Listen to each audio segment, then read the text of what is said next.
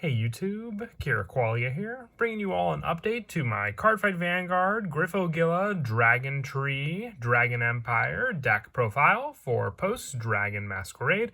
I said before I was only going to do an update for the Stoicheia and the Dark States version of the Gryphogilla deck, but we did receive some cards for Dragon Empire, and this is the main version that I run for the Gryphogilla deck. So I figured I'd share my changes that I made to the deck and the overall playstyle that you can do with the new cards that we added into the deck overall for the grade 10 Dragontree deck. So let's go ahead and get started with the deck profile. So we'll go ahead and start off with the ride deck with our starter being Gryphocid.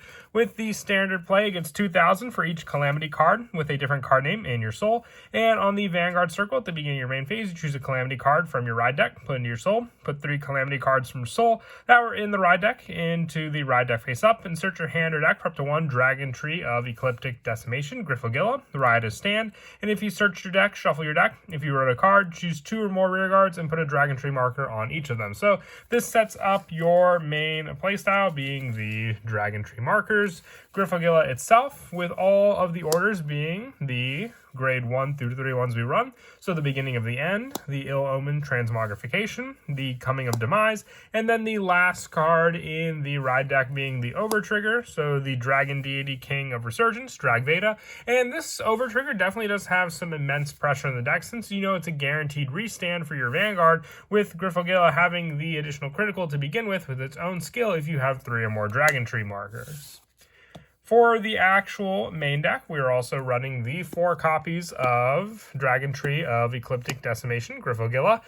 During your turn, it gets plus 5,000 for each Dragontree marker on your rear guard. If you have 3 or more Dragontree markers, it gets critical plus 1. And on the Vanguard circle once per turn, when this unit attacks, choose a face-up Calamity card from your ride deck, remove it. If you did not remove a card from it, you choose an Overtrigger, reveal it, and activate all the trigger effects. In addition, remove it and stand all your rear guards on a Dragontree marker. So with that, you have the restand power for multiple attacks, but as I said before, just the powerhouse of being able to then restand your Vanguard with the attack still going on makes so you have the multiple drive checks and the added 100 million pressure that you can give to your Gryphogilla Vanguard.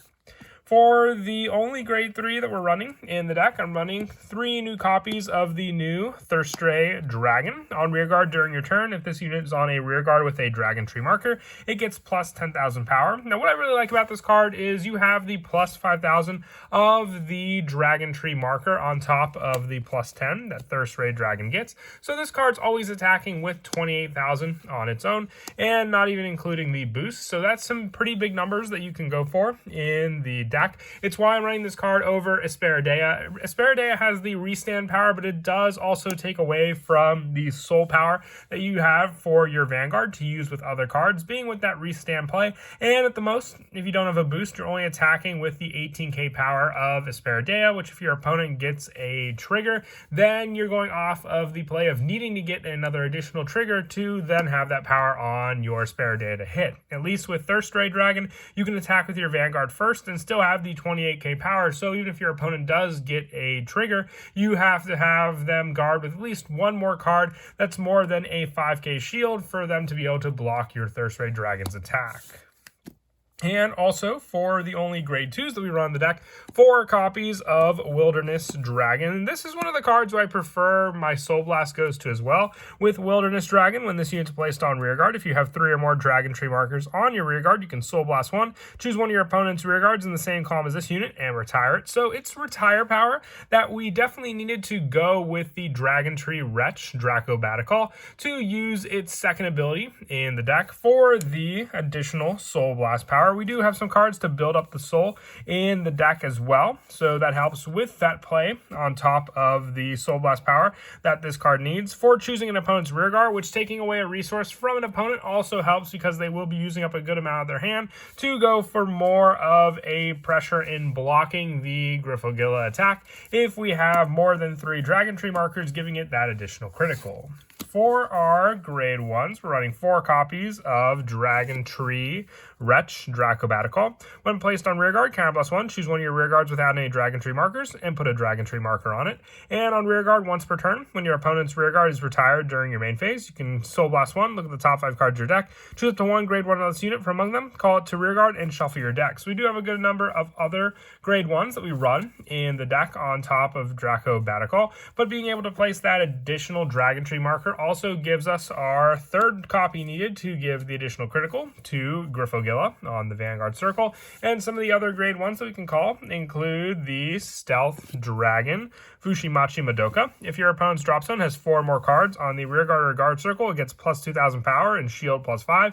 If it has 8 or more, it gets an additional +5. So this is a 15k guard on its own, so you can hit for a pretty good amount of attacks against your opponent by being able to have a 10k booster in addition. But also the main play is when this card's in your hand, just being able to guard for 15k power against your opponent from the good majority of their attacks. Also, the other grade 1s that we run, I have 4 copies of Stealth Dragon Tenchestead. Now, I may drop this down to 3 and increase the next number of the Sentinels that we run to a 4 of count. It's preference there as well, with Tenchestead just having a retire power to search your deck for a copy of your Vanguard.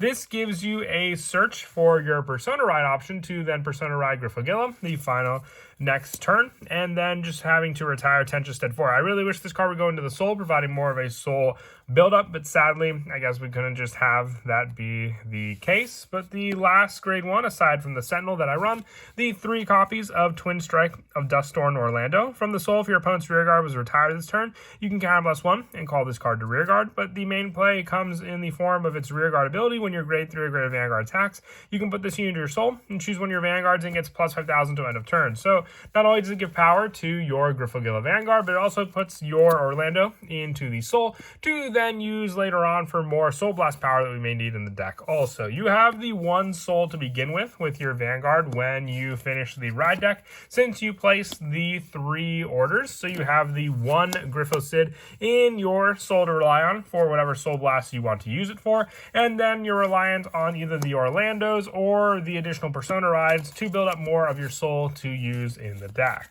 For the last of the grade 1s, just 4 copies of the Sentinel Sparkle Rejector Dragon, just the Sentinel of choice. Obviously, so you don't have to use up any of your resources in your hand to discard for your Sentinel if you only have 1 or less cards in hand. With our trigger lineup, I decided to go for the Rainbow lineup, so 4 copies of the Conduct Spark Dragon. If you have the ability triggers, you can always put them in as well, and 4 copies of the Steel Delofo for the draw, with our next spot being the front triggers, so for 3 copies of Blaze Maiden Parama, and our final trigger lineup being the 4 heals, the 4 White Light Dragon Parasolis. When we get the Festival Collection 2023, I definitely want to mix in some of the new looking triggers in the deck. I feel they match more aesthetically for the deck as well. And that is it for the deck profile. I hope you all enjoyed. Like I said, these new cards definitely help with some of the playstyle that the Grifogilla deck was meant to do. I do like the change from Masquerade. I'm enjoying the playtesting. I may switch back to it one day. I'll have to see what playtesting I enjoyed more. But as always, until next time, please don't forget to leave a like and subscribe. And Kira Qualia out.